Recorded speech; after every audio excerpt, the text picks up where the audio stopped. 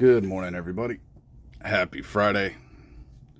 So, still busy as hell, so I've been kind of off on my video schedule here. But, yeah, for today, we're going to talk about everything going on, handhelds coming up, things coming out, things being discussed, typical stuff. So, let's start with the new ayaneo Flip 1S DS. Okay. So I've been seeing this pop up all over the place. All right. What do we got here? We got a 7-inch 1080p OLED main screen, 144 hertz refresh, 800 nits of brightness, 1920 by 1080. The bottom is 4.5, 1620 by 1080, and 3 by 2. So not bad. Game Boy Advance down there. So, and of course they keep doing, everybody says it this way, and a 3 by 2 golden ratio suitable for retro games. I get tired of that. I mean, this is going to be a good way to spend $2,000, I guess. Well, I don't know about a good way, but this is a way to spend $2,000. Always with the flagship, everything's considered flagship. This is their flagship AMD Ryzen AI9 HX370. These names are getting long. Processor. So, yep. Gonna be about that 2K point. Now, as you guys know, my Flip DS, the original one, is one of my favorite handhelds. Okay, it tops the charts for me. Now, I will say on this newer model, the sticks look a little bit better. They look a little bit more usable. The screen on the bottom is definitely bigger. The top screen's about the same. D-pad looks pretty close to the same. You got pretty much the same buttons. I don't have mine on me or I'd show you. But you have kind of all the same buttons here. There's one thing I'm going to go over when it comes to ayaneo and their high-end stuff. So, I have a couple of the higher-end ayaneo devices. I have the Flip DS, of course, and then I got their Pocket DMG. I couldn't think of the name for a second. Now, as you guys know, the Pocket DMG kind of died on me not like a week or so into having it and using it. I had to send it back to ayaneo. It took forever, but they repaired it. So aside from the time, which shipping it, them getting it, getting time to fix it, boxing it back up, shipping it back, I know it takes time. So not really complaining about that. Another issue I'm having, and I haven't talked about it yet, but it's been like this for about a month. My Flip DS is dead. Something happened to it. Okay. Hit the power button, fan kicks on, power light kicks on, nothing else. I have tried everything. I even took it to somebody else who does this stuff. They've tried some things. It's at the point now I got to send it back to ayaneo. The problem with my Flip DS is I've had it for about a year, maybe a little more. I'd have to check release dates. So it's going to cost to repair that. I'm not sure what it's going to run, but it's a $800 to $1,000 handheld that's now a paperweight. So go forward with caution. If you're looking at buying these higher end ayaneo devices, apparently, things like thermal, shit like that, it's an issue with ayaneo. And it feels like at this point they know about it, but they don't care. They release it, get all their money, and then whoever feels like shipping it back, they'll be like, oh yeah, we know about the problem, we'll fix it. Instead of doing any real quality control beforehand. Okay. And when I say quality control beforehand, I don't mean turning it on and making sure it works. I mean, abuse it a little, please, so we know. turn it on and off a few thousand times, run some high-end stuff, run the battery down all the way, charge it back up full, run it down again, open and close it, which they've never had a hinge issue. The hinge is great, but it just feels like it's the same problems now with two different models of ayaneo devices. And I'm not alone here. Other people have experienced this. So before you spend that type of money, just know you're probably going to get a year out of it before it dies. And it's very sad because this is a great design. I love my Flip DS. It's amazing. It's my all-in-one everything entertainment device. I love that thing. So getting it repaired is going to suck. All right, moving on to the Retroid dual screen add-on for 69 bucks. Okay. The pre-orders already went up on this. I believe it ships in July, or was it August? I think it was August. I don't remember. Anyway, so it ships July, August. 69 bucks, man. It's not bad for a secondary screen. I mean, you're going to clip it on. It's going to go right in that Type-C port. And then you got the cable. There's a cable here. Where's the cable? It's not showing it now. Show me the cable. There's the cable. So then you got the cable connecting it through there. So I'm sure the cable, once plugged in and all that, it looks a little more, it looks cleaner once plugged in, but it's still interesting that it's, yeah, just a screen on a clip with a Type-C cable. But it's not really a complaint because it's only 69 bucks, so worth it. I do have one on the way. Of course, I color matched it to my RP5, so I got this purple one. When these come in, I got one ordered because you can order them for Retroid devices or other devices. So I got the purple one ordered for my Retroid Pocket 5. There's also, I believe, a black one ordered for other devices, and we're going to test it with like the Odin line of stuff and anything else that we can fit that clip on that kind of has the same layout that would work with this. So we're going to test the other device screen also.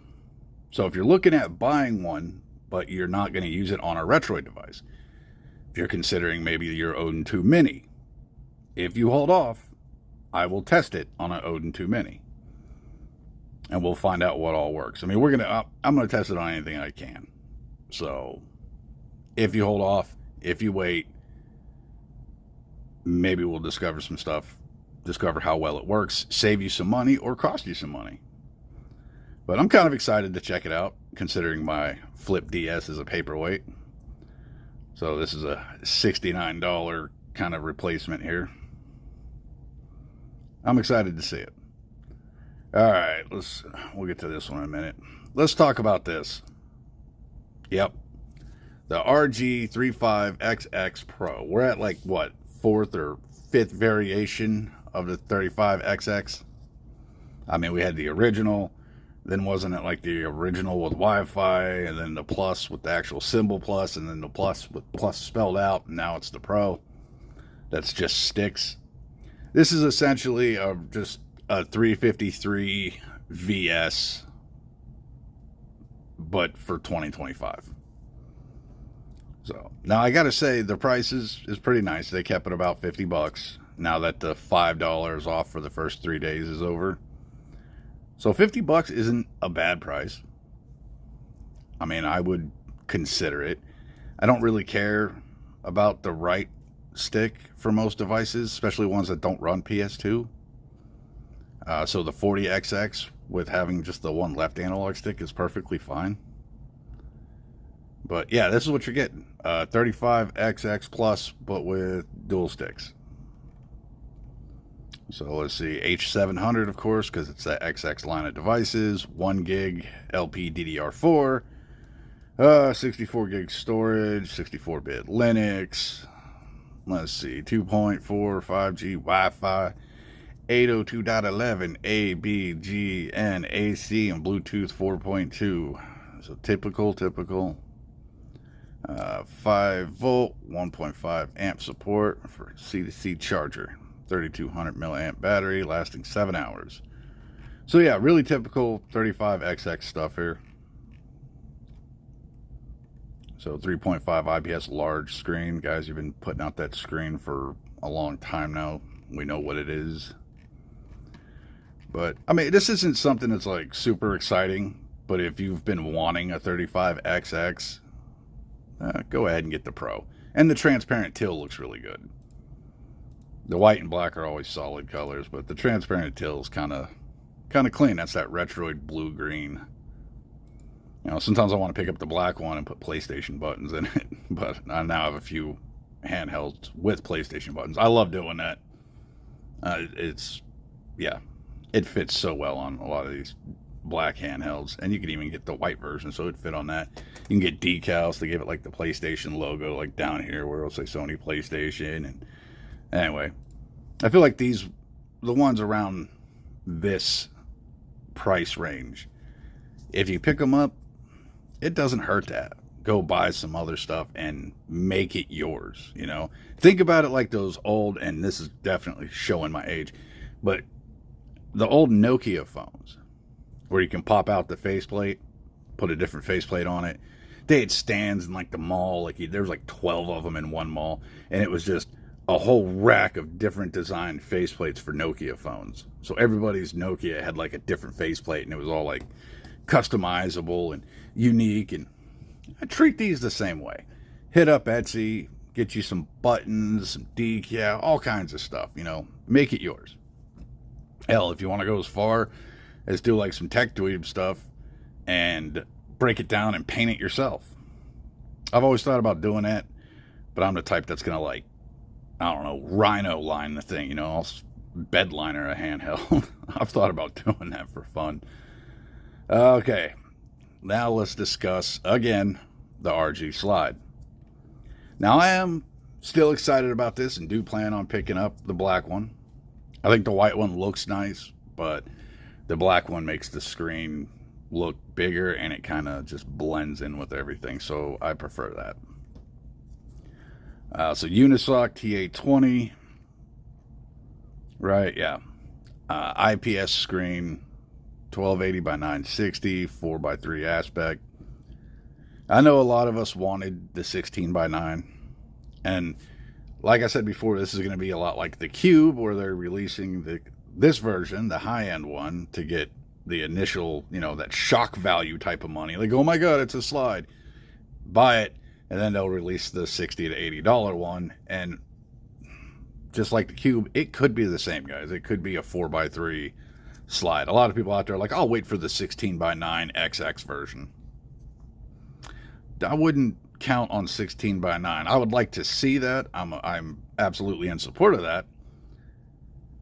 But I would assume that it's going to be an exact carbon copy, just H700 instead of a T820. So, and if you've used the 406V, 406H, 556, that's the type of performance you're going to get. So you're going to get PS2, 3DS, things like that. Like I said before, on my 556, T820, it was very comfortable. I never had an issue running any game I wanted to run. It was perfect. Now, for some things that I don't really care for on this. The shoulder and trigger buttons are inline instead of stacked. I would like to see stacked. Everybody likes stacked. I get doing inline because they're trying to get it that sleek, as skinny as possible, pocketable thing. And if you go stacked, you're going to have to add some grips to the back to house them, and it's going to be bigger. But I'd have been okay with that. Like I said, slap the back end of an RG Cube on this. Nice, comfortable grips on it. That would have been cool. But like every handheld, somebody's going to 3D print grips for it anyway. So inline, shoulder buttons. It's okay. If you used older Anbernic devices, 405M, things like that, 350M, you get used to the inline stuff. It's not that bad. Okay, it's not as good as stacked, but it's not awful. So that's one thing I'm like, eh. Also, yeah, the 4x3, I'm not against it. I'm okay with 4x3. I would prefer 16 by 9. I know I'm talking about this again. I don't know. I'm interested in the sticks too. I want to see the quality there. I'm hoping more of your standard, like, filling switch sticks. And I know they explain what the sticks are in a couple different places, but I don't know. Sometimes they say one thing and it feels like something different. It feels like they're going to be smaller. You know what I mean? And I'm okay with them being smaller. Just make them comfortable. And it looks like in the box you're going to get some stick caps. So different colors. Or at least that's what it looks like. I can't say that regular consumers like you and I will get that. But I'm sure the guys with the big channels will buy the RG slide, and they're going to get like really awesome custom cases and mugs and stickers and desk mats and mouse pads and all kinds of lanyards and 12 different color stick caps and extra buttons. And then we get the stuff and we get a USB-C cable and the device. So, but that is what it is. You know, I'm still interested in it. I'm probably going to pull the trigger on it. Another thing I want to talk about, and I've been seeing it in videos. Oh, sorry about that. Sound warning. That's late. Another thing I've been seeing on the Anbernics stuff is, and you've probably read about this or seen this, is the AI program they're using. Okay. I work in technology. I really don't care about AI. It doesn't do much for me at all. I mean, we've used it for random small things, but it's not that damn intuitive. However, their use case here, and the one main thing I find interesting, is the translation ability with it. Now, it's not, I don't think it's in this video, but if you go to Anbernics homepage and you sit through this long ass video, eventually they get to the screen where they're showing the AI app that they have on some of their devices. And I believe it's like some of the other Android devices, so like the 406H, V556, those devices. You have to update it, obviously, to get it, but you update it and you have it. So what they show, and they show it for the slide, okay, is they play a game. Honestly, I don't remember the game, maybe Dragon Quest. But it's all Japanese language. You know, me being from the U.S., I don't speak or read that. I can't. It would be awesome if I could, but I can't. But with the AI app, see, there's the extra stick caps. With the AI app, they're able to pull up a little side screen that translates the game dialogue while they're playing. So although it's not as quick as just understanding the language or having it in your language and being able to go right through it, this does give you that for games that have not been translated to English or your language. Yeah, you can use the AI to get through the dialogue and see what they're telling you, which is pretty interesting. I don't know how much use I'm going to get out of that. It's cool. I'm probably going to try it, but it's not going to be enough for me to go get something exclusive in a different language and think, oh my God, I'm buying one of these for this reason. I'm not going to do that. It's just a neat add-on, I guess. I mean, realistically. And this is them showing PS2, Wii, GameCube, Dreamcast at 2 times the resolution. And then, of course, these at 4? And then Master System? Yeah, Master System at. Come on, spit it out 5 times. But what do you guys think about that? Having AI on screen to translate the game you're playing for you. I mean, it's neat. I'm sure somebody out there is really excited about this, and that's a game changer for them, and they can't wait to do it and be able to play certain games that they haven't been able to get a translated version of. So it's neat. It's a good use, I think, for AI. All right, last thing. Anbernic just started their summer big sale up to 58% off.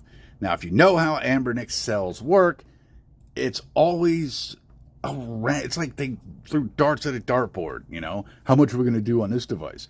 7%. This one's going to get 9%. This one's going to get 2.465%. So here we go. 8% on the 34XXSP, bringing it to 61. Tack in shipping, especially if you're in the US, it brings it to $82.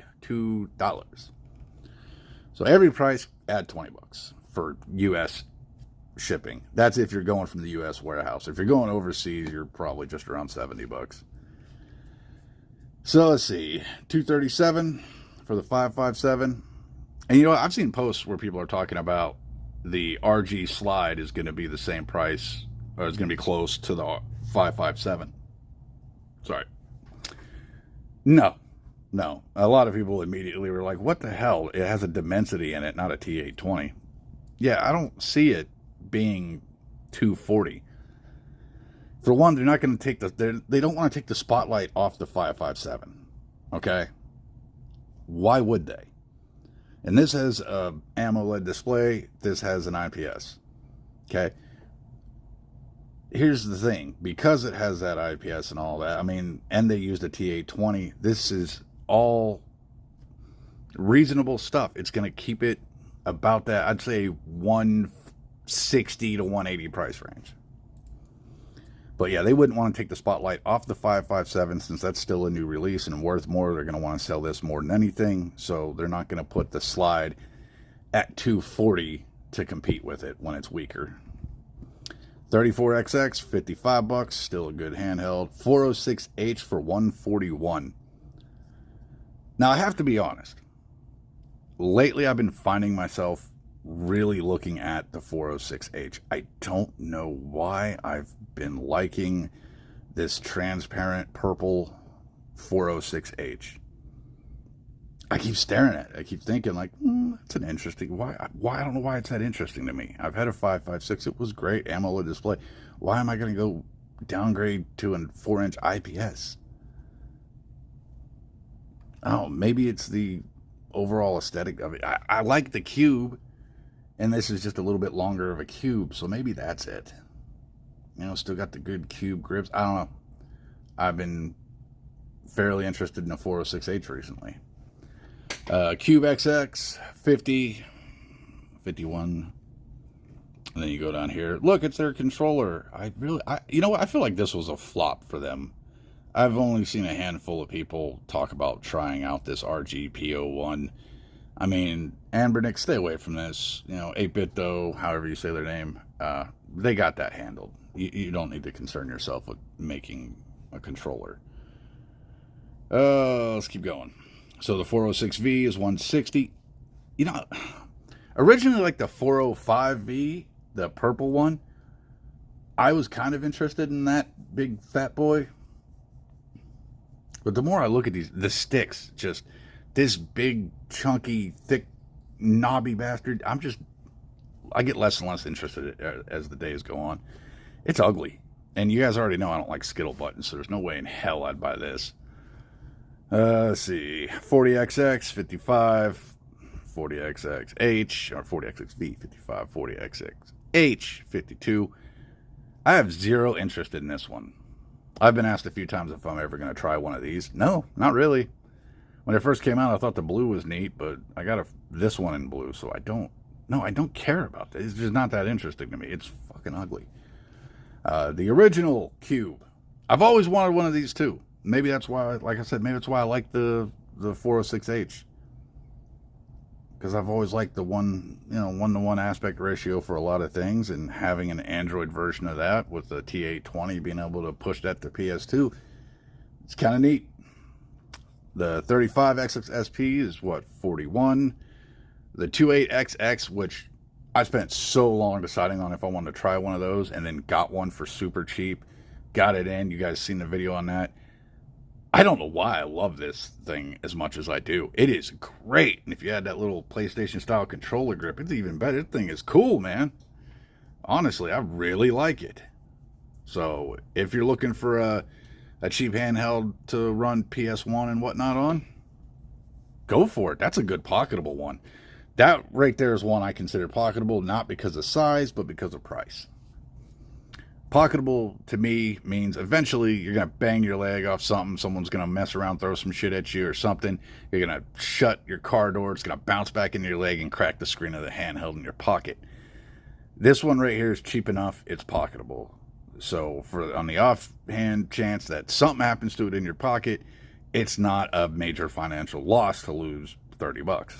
It sucks. Of course it sucks, but it's not as bad as trying to pocket a $200-$300 DMG device with a damn OLED screen or a $160 retroid bullshit that's going to break. And then, of course, then you get down here, $29 for the original 35XX, 556, 35XX. You know what? I have yet to pick up a 6-button handheld. Just like the 406H, I have been staring at this one a lot. My only problem is the colors here, because if you go for Arc D, you can get black or gray. And I don't mind the gray with the red. Like, I like that, but I hate the colors here. The black I like a lot, but you kind of have to get that in the S, because if you go black on, you have to get that in the D. If you go black on the S, you get different buttons. If it was these buttons on that, I'd be cool with it. And then you get this blue, which I'm not against the blue either, but once again, that yellow and all, I get why they do it. I don't care for it. But I keep telling myself, if I see one of these come up for cheap, Mercari, Marketplace, things like that, I'm going to pick one up. I always stayed away from it because of the disc-style D-pad, but now that I've used it on Anbernic handhelds, I'm not scared of it no more. It's a good D-pad. But I'd be interested. Maybe I would have a more of a love for Sega and Dreamcast and Master System if I picked up one of these handhelds and only put those games on it and spent time just playing those to see if I can't spark a love or an interest in Sega games. Because I haven't yet. Except for like Toe Jam and Earl. That shit is amazing. But maybe I'll get this and dedicate it to beating Toe Jam and Earl. So, okay, in the breakdown, Anbernics Sale, they're still trying to peddle the Win 600, which is never worth that price. And then all the way down to the old school that is still amazing. They try to sell this shit for $50. And then you can go down here and get this for almost the same price, which beats the hell out of that. All right, guys, I'm going to wrap it up right here. Pal Kitty V90S is still on the way. Something happened with shipping like I talked about. We have no resolution on that, so it could show up. It could show up today. It could have shown up yesterday. It could show up over the weekend. It could never show up. I have no idea. No luck right now with the V90. It was pre-ordered. Nothing yet. So, yep. So we're waiting on the V90. Waiting on the extra screens for the retroid devices. Waiting on the slide to release so we can get that ordered. So we got some stuff up and coming. So, all right, guys, being Friday, I'm going to end the video here. I'm going to start my work day, get off work, enjoy my weekend, and catch you guys more than likely Monday, as long as the weather cooperates and it's not crazy and I don't have a bunch of work to do. So, yeah, see you guys in the next episode.